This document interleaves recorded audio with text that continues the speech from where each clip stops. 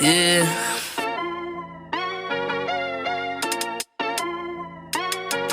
Yeah. Look at me. Bench mob, they're speaking the facts that you wanna hear. They rep a jersey, the vision is clear. Diamonds glisten like a chandelier. You know what I'm here for, like Marshawn Lynch. At clutch time, we do not flinch. Real brothers, we do not switch. Hit home runs with the right pitch. Who run the city? What to do when they hating on you? I feel like Kobe 2010. I taking an L, all I need is a win. Business is business, you know how they go. You clearing the seats, now it's time to grow. Tuning now, gotta be in the know. Showtime, bitch, my butter blow. I ain't seen from now. Bowser really, I'm just trying to tell you.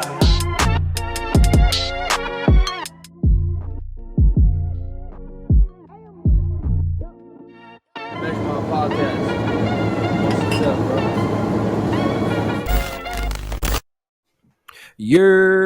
Welcome back to another episode of the Bench Mob ENT podcast. Happy National Black People Have Created This Country Month. I am joined by the big three. CJ Moneybags currently is doing something to better his life. We have Greg, Mr. Mr. Hot Takes, Debate Your Mother Sends Me. How you doing tonight? I'm good, bro. I'm doing good, bro. Life is good. And we got Miles. We still got to think of a nickname, Davenport. How you doing tonight? I'm doing good. Before we even start off the topic of everything that we're going to talk about today, first, I want to give a shout out to a couple of my employees over at Bubba Cools for actually tuning in, tapping in with us. Next time y'all watch it, make sure you take a photo, put it on IG and tag us in it. We'll share it. Of course, shout out to Cheyenne Vasquez. Follow her on IG, CHEYNNEVAZQUEZ. And Emma Orzillo, who will be here next week to take photos. So go follow them, shout them out. But first off, we got to start with what happened in out of all times Black History Month. This is how we start off Black History Month. Brian Flores is suing the NFL, the Giants, the Dolphins for alleged racial discrimination. We know we have to say alleged, but we know the vibes. It's not really alleged. Dolphins owner Stephen Ross offered to pay Flores $100K for every loss. Just going to set the table for y'all if y'all been under a rock and haven't seen it. Giants chose Brian Daboll, and that's how you say it, Daboll, as the coach before even interviewing Flores, thanks to Bill Belichick sending the text. We'll get into that. And then you had the Denver Broncos front office showed up drunk and an hour late, allegedly, to the interview for a sham interview because they wasn't going to hire him. And with everything that came out, the text messages, the evidence, the whole lawsuit, which was, I think, somewhere between 100 plus pages, 59, 60 paragraphs. NFL's statement to all of this is meritless and will prove our innocence, essentially. Where do y'all even want to start off with this? What were your initial takes from it, seeing this whole lawsuit? I'll just say my initial thing, I was happy. It was celebrate good times. Come on. I'm happy. Let's burn this thing down to the ground. Put all the information out there. Because, we had the situation with John Gruden, and that kind of just got brushed under the rug because they didn't release the rest of the emails. Mm-hmm. If we really got all the emails, that would have been all right. Yeah, John Gruden wasn't the only one being racist, but y'all got the floor. This is a loaded topic. When I heard it, I was happy too. I was celebrating off the fact that it's good that Brian Flores put this out there and put the league on blast. Obviously, for what we know has been going on for forever. I mean, since the league's been created, it wasn't a surprise at all in any way.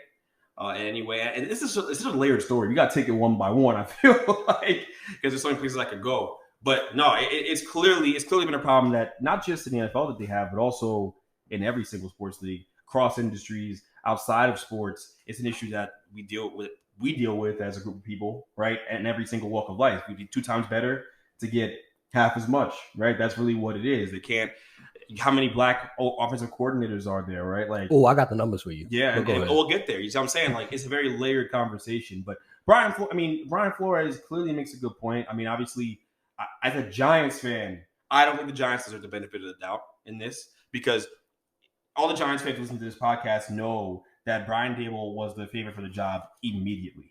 There was no speculation. I mean, look, the Brian Flores thing, I know Mara called him, we know all that stuff, but the whole time, the prevailing thought amongst people who in the know was that Daboll was going to get the job. That was it. And that it was a two-man race, but Daboll was always the favorite, right? So, surprise, surprise. Surprise, surprise. I'll be honest in the podcast and say that I wanted Daboll, but not because he was a better coaching candidate. I don't think that at all. We'll get to Flores' credentials in a minute. We'll talk about it. But purely because he's a guy who worked with the quarterback or built rapport with the quarterback. I have a quarterback here who I don't know what he is, and I need to get the best out of him. So I would like to get offensive minds around him. That's the main reason why I felt the way I felt. But Flores, make no mistake about it, was the more qualified candidate. Being 24 and 25 with the Dolphins, with an owner like Stephen Ross, with an owner like him, being 24 and 25 is a hell of an accomplishment. That's not easy to do. And a quarterback who doesn't throw the ball further than 5 yards, like ever, like that's hard. It's hard. And no O-line, no star running back, no crazy. Waddle was the first good receiver they've had, right? Mm-hmm. I mean, Devontae Parker's pretty good, but he's in and out. Like that team, and Gesicki's a good player, but they don't have much. They don't have many blue chip talent on that team. And he was 24 and 25, and he finished the season with an 8-game winning streak. That guy, and to be jobless. And to be, undefeated. What was it? Like, not undefeated. He won like 4 out of 5 games or something like that against Bill Belichick. Which is insane. Which isn't really done, especially in that division. That's so insane. There's some merit there also. But Miles, you get this report, you get this notification on your phone, you see it on your watch.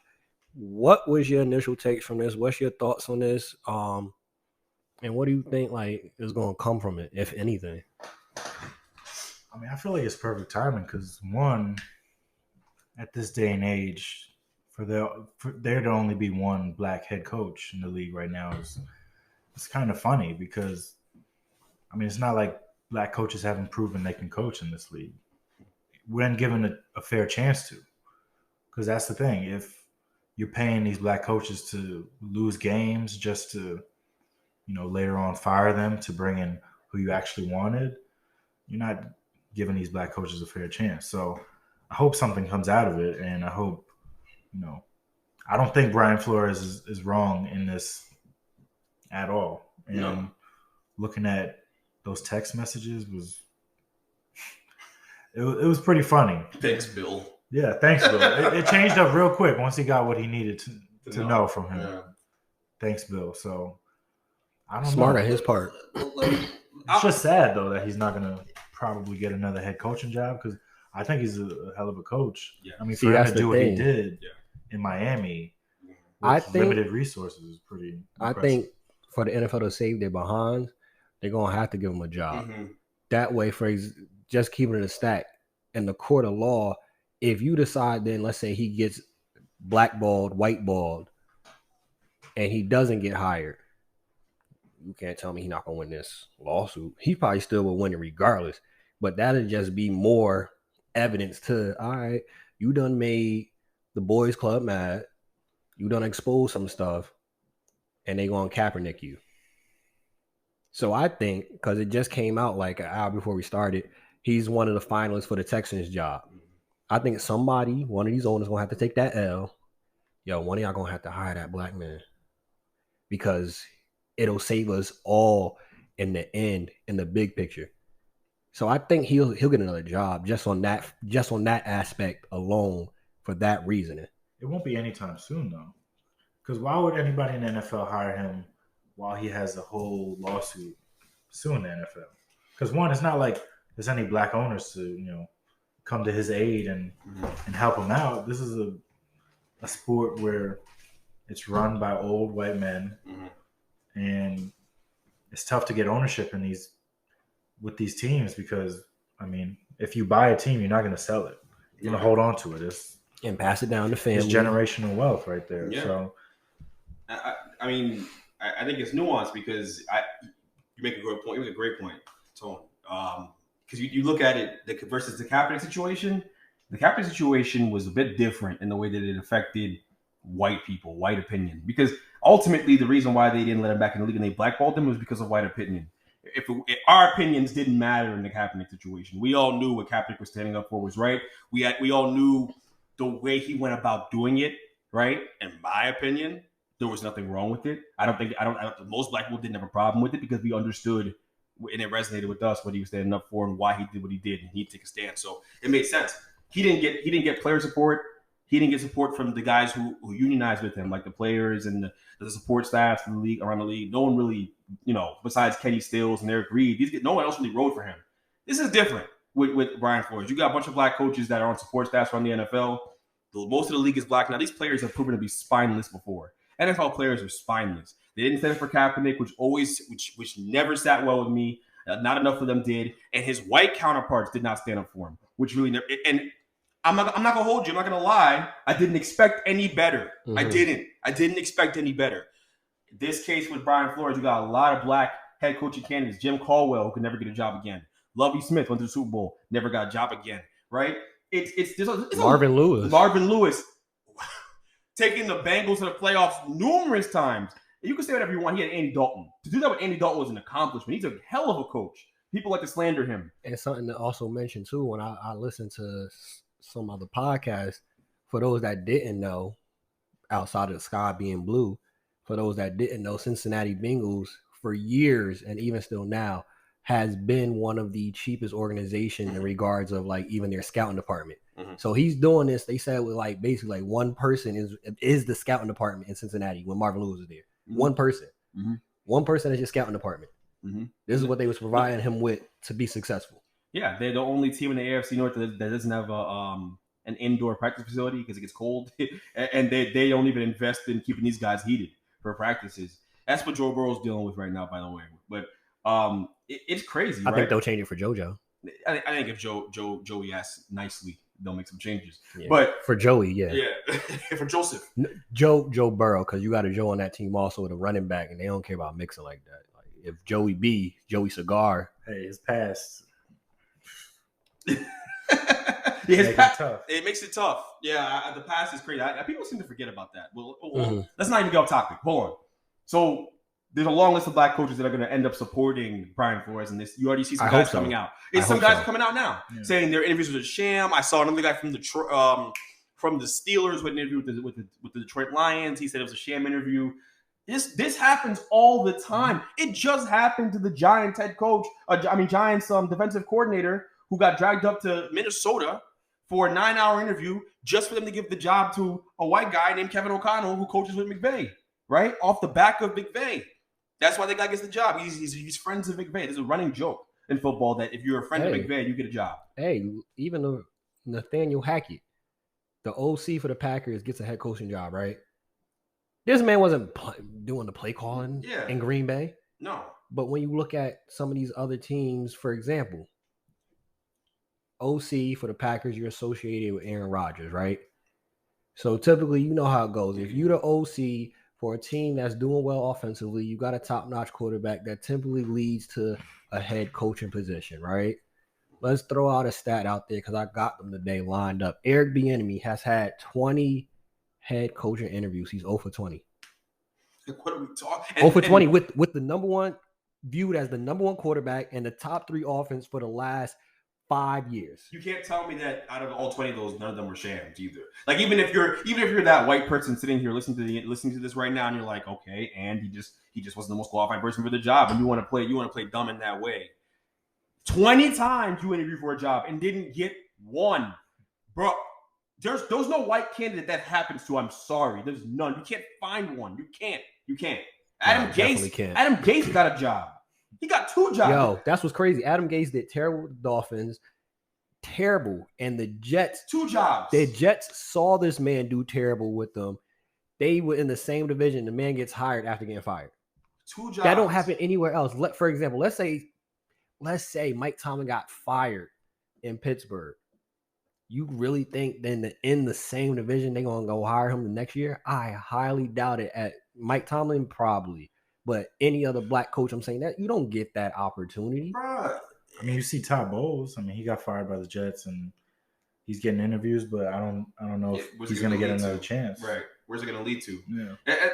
With black head coaching candidates, it's always, oh yeah, they're a hot defensive coordinator, they're a hot offensive coordinator. And by the way, there's a big discrepancy with them not getting offensive coordinator jobs. They're not even getting offensive coordinator jobs at a respectable number. Let me break it down for you right here. So in the last 20 years, since the Rooney Rule has been implemented, so I'm going to just give y'all this number, and there's no way after hearing this number that you can't say that there is some level of institutional racism that is going on in the NFL.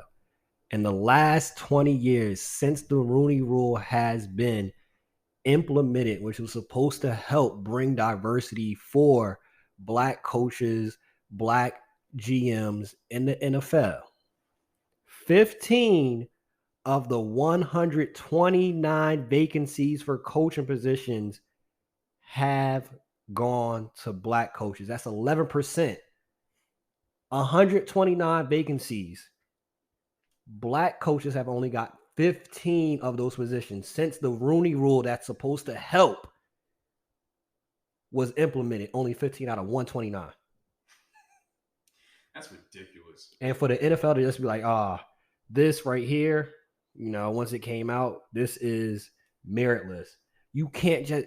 That's crazy to me. That's like America coming out and somebody's like, yo, I want my reparations. You can't respond by saying, yo, what?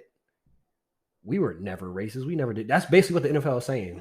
We don't have a racist bone in our body. We've never done anything to have y'all think that, we don't value our black coaches, our black athletes. We don't value black athletes as quarterbacks. We've never done anything like that.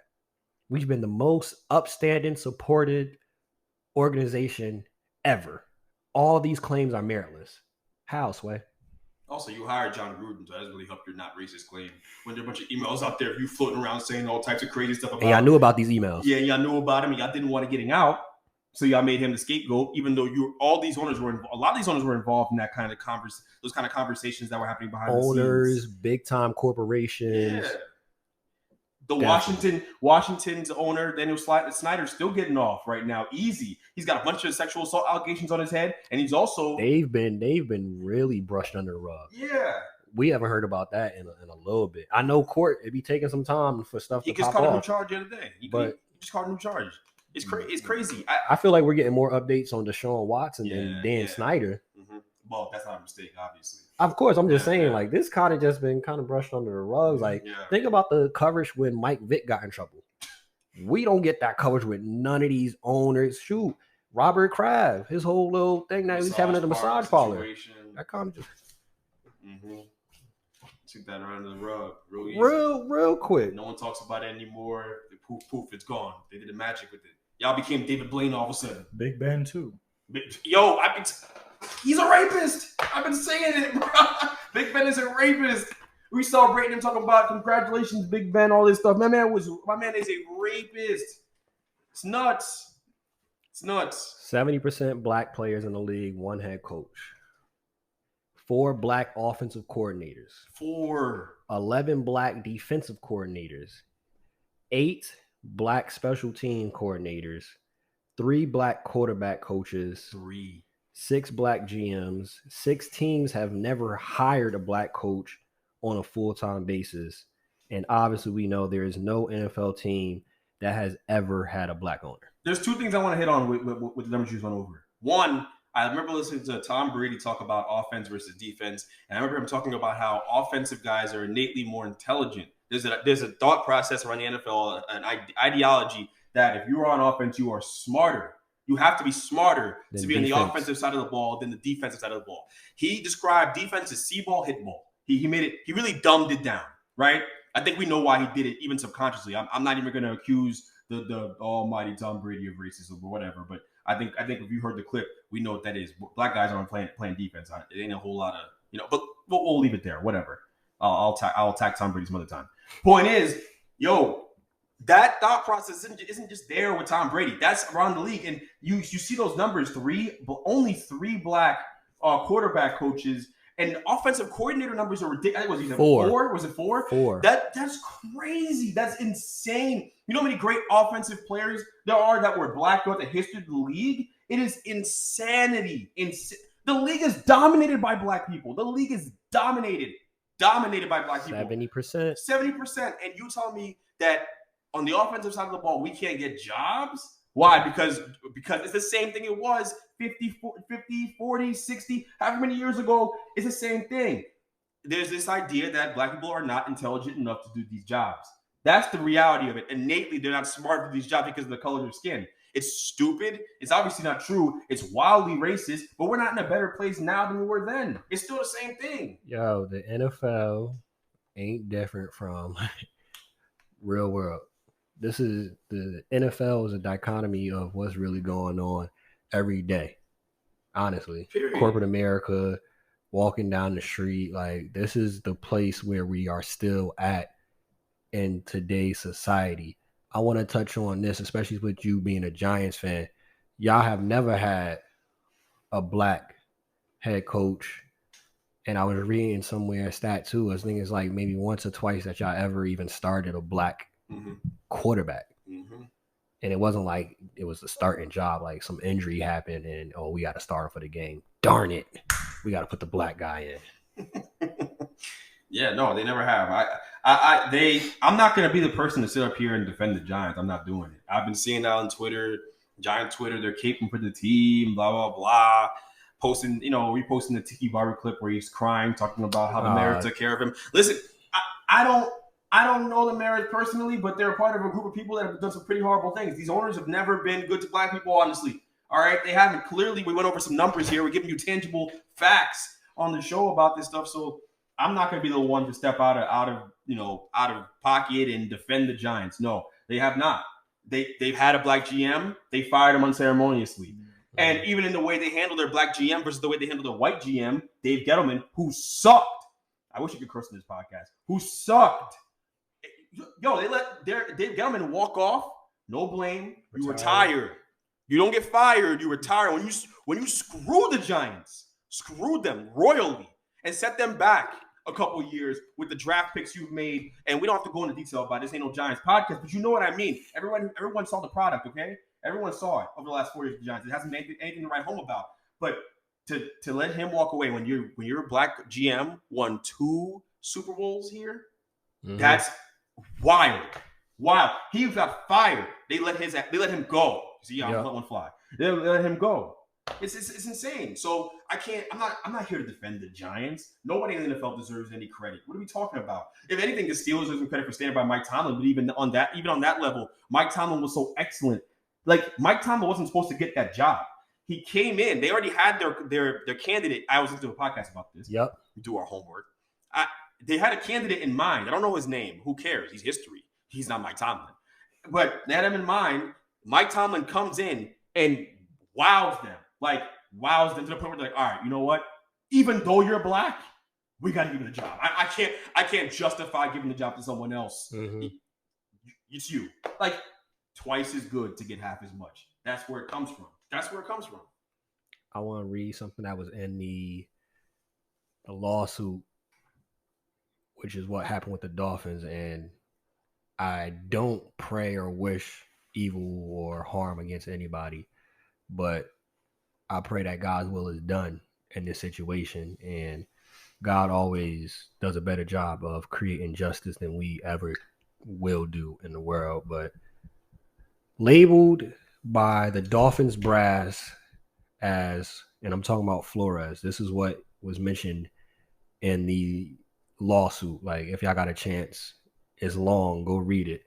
Labeled by the Dolphins brass as hard, difficult to work with because he did not want to tank or tamper when owner Stephen Ross asked him to do so. So after he said, I'm not doing it, I'm not tanking, I'm not doing tampering. After that, he was ostracized, then fired. Basically, hey, we don't want to do them, and got labeled as hard and difficult to work with. Got the whole label basically of, and they spread this around in the league, where, as Miles alluded to, he might not get hired this year because they spread around the league the Dolphins brass, Stephen Ross, that he was basically the angry black man stigma that, you know, is often casted upon black men. We're the angry black man because we're strong in our morals and our convictions, while white men are viewed as passionate for the same exact attributes. Mm-hmm. This is what happened to him. On just that alone of the ostracized, for them to go spread around lies, for them to drag his name through the mud, to give him that stigma, oh, he's an angry black man, he's difficult to work with because I don't want to bend over and kiss your butt because you want me to do something tampering and you want me to basically lose games and tank. And the difference between a black coach and a white coach, they might ask a white coach to do that, but a white coach can do that and win 2 games in a season and still be back the next year. While a black coach does it, even though you could have had agreement, yo, just tank, I'm going to pay you, don't worry about it. I will fire you next year, though. And now I'm the angry black man, which is, we've all experienced, I'm sure, at some point in our lives of working. We are put in a position where we have to be so careful how we voice and what we say because of that stigma. You don't agree with what's going on. Oh, whoa, hold on. I don't want to make you. Why are you upset? Are you mad? Bro, I'm talking to you normal. I'm just saying what you're doing is wrong. Like, I don't think we should spit in the food. Like, I think we should season the chicken. And now it's, whoa, why are you being so hostile? And I know we've been there before, having a regular conversation. I just disagree. Why are you being so hostile? You know, nah, forget it. I can't have a conversation with you. Because now I'm the angry black man. And now it spreads around the office. Now it spreads around the NFL. Yo, he's difficult to work with. And then people now are positioned where they're jobless because of stuff like this that happens still every day. Again, the NFL is not, it ain't no different than what's happening in the real world. Mm-hmm. I don't know why, like, some people are shocked. Like, I don't know what y'all shocked about. This happens in the real world. Like, there's a bunch of Brian Floreses in the world. It's a bunch of Brian Flores. He's not the only one. There's a new term I've been thinking about the last couple of days called the bridge coach. He's a bridge quarterback. The bridge coach. Think about it. Coley, right? Bridge coach. They hired him for a year. They knew. We talked about it. Mm-hmm. They hired him for a year in Texas and with the Texans, and they knew that they were going to have him for a year. All right, we'll bring him in, and we'll bring a real coach in after we get to this year. Just this year, because the candidates we want on the market yet. They're not. Maybe they're not. They're a year out. Our Josh McCown's not ready yet. You know. Yeah, that's, bro. They hired Josh. But it's not even just him. Steve Wilkes from the Cardinals a couple years ago. He's been coming up. That was crazy. It was one losing season, gone. And then the following year, I think they brought in my man who's there now. What's his? Okay, why am I forgetting his name all of a sudden? Cliff Kingsbury. Mm-hmm. I think he had a losing season before they got Kyler Murray. No, they did. They got him, and they had a losing season, right? And so they let him go to the losing season. Kyler Murray developed. Boom, take off, right? Take off. It's a constant thing. This isn't just a football thing. I've noticed it in basketball too. That in the NBA, and I will admit they are ahead of the NFL in this case, but they still aren't great. They've given black coaches the interim jobs. JP Bickerstaff from the Cavs has gotten interim jobs in numerous places around the NBA. That dude is a journeyman, a coach journeyman. Interim job here, interim job there. He's the guy they use to coast through the season. Insert white guy, whoever it is. Insert white guy. Insert whoever you can think of, right? That's the way this thing has worked in sports in general, right? Like, we're talking about the NFL.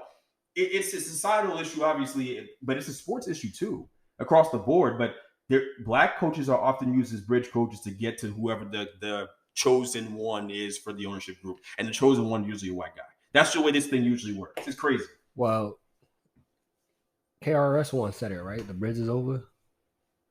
That's KRS One, right? Yeah, the bridge is over. Brian Flores, he's blowing it all up. The bridge is over. We're not. Hopefully, this brings change because they're not doing this no more. And I think it's going to be huge when you have the people actually speaking up with them. I need to hear from some athletes too. Tom got his podcast. You quiet, my boy. Tom's not gonna say anything. Of course he's not. Tom is spineless. He's spineless the way Jordan was spineless. Of course he's not. I'm just, you feel me? Like, I need some athletes to speak up. I need someone to speak up. Hey, the Dolphins players, y'all just had this man. Y'all spoke up when he got fired. I need y'all to speak up now too. Again, like you said, the NFL players are spineless, but this is the time that actually y'all need to speak up and stand together, and we could possibly actually see some real change then. But y'all know the vibes. If you stay ready, you ain't got to get ready. Bench mob, we out. Peace.